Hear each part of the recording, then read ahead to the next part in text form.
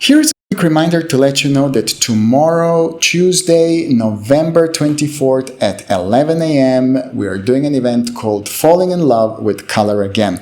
And if you are a professional colorist, then this event is important for you, as we're going to show at least 3 things that will make your life easier. Number 1, we're going to show you how to work smarter, not harder. Number 2, we're going to show you how to work better collaboratively. And number 3, we're going to see if the transition from SDR to HDR can be achieved with a single click.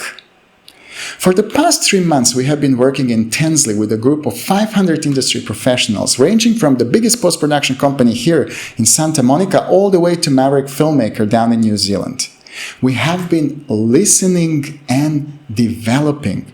And if you belong to the category of people who always thrive to give their clients best possible result, then this is event for you.